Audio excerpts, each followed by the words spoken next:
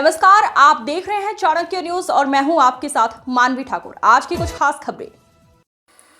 राजगढ़ सांसद रोडमल नागर ने शनिवार को गुना में एक निजी होटल में आयोजित प्रेस वार्ता के दौरान राहुल गांधी की कार्यशैली पर कड़ा प्रहार करते हुए कहा कि वह अबोध बालक की तरह व्यवहार कर रहे हैं और स्वयं देश का महाराजा समझते हैं।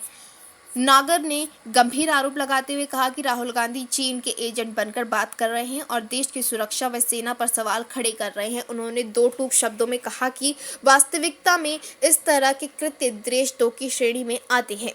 केंद्रीय बजट 2026 पर विस्तृत चर्चा करते हुए सांसद रोडमल नागर ने इसे विकसित भारत के संकल्प को पूरा करने वाला और आने वाले 25 सालों में मजबूत बुनियादी रखने वाला बजट बताया है। उन्होंने कहा कि यह बजट पूरी तरीके से लोकहित और रिफॉर्म पर केंद्रित है, जिसका मुख्य उद्देश्य निर्यात की गति को बढ़ाना, जन आकांक्षाओं को पूरा करना और प्रत्येक व्यक्ति के जीवन में खुशहाली लाना है। कृषि और स्वास्थ्य क्षेत्र पर बात करें तो उन्होंने कहा कि बजट में आयुष को बढ़ावा देने का प्रयास किया गया है और इसी कड़ी में 3 नए एम्स का प्रावधान भी किया गया है। रोजगार के मुद्दे पर चर्चा करते हुए नागर ने मनरेगा के नए स्वरूप BVG रामजी योजना को पहले से कई अधिक प्रभावी बताया है। उन्होंने कहा कि इस योजना के माध्यम से अब तक 185 दिनों का रोजगार मिलेगा, जो रोजगार सृजन की दिशा में एक बड़ा कदम है। वहीं मनरेगा योजना से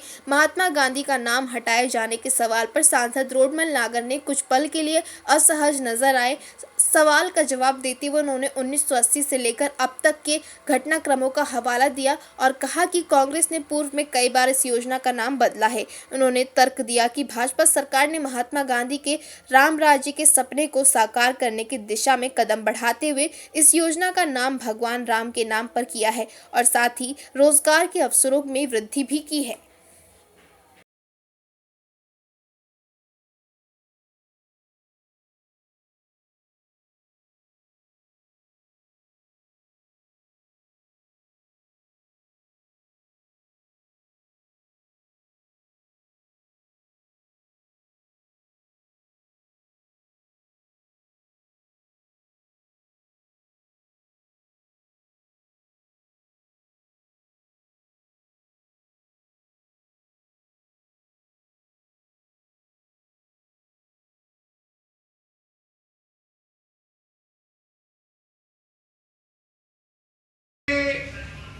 ये 2080 की बात है।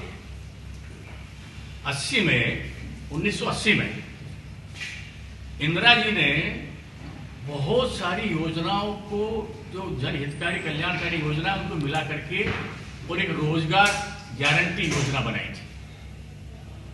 ठीक है, इसी को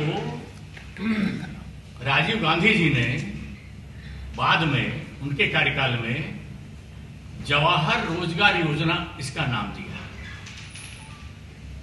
फिर 2004 में मनमोहन सिंह जी ने इसको सोनिया गांधी जी के नेतृत्व में नरेगा योजना नाम दिया।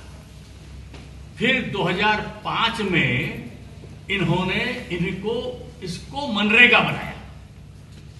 स्वरूप वो का वही था, कोई परिवर्तन नहीं था, केवल नाम में अंतर था।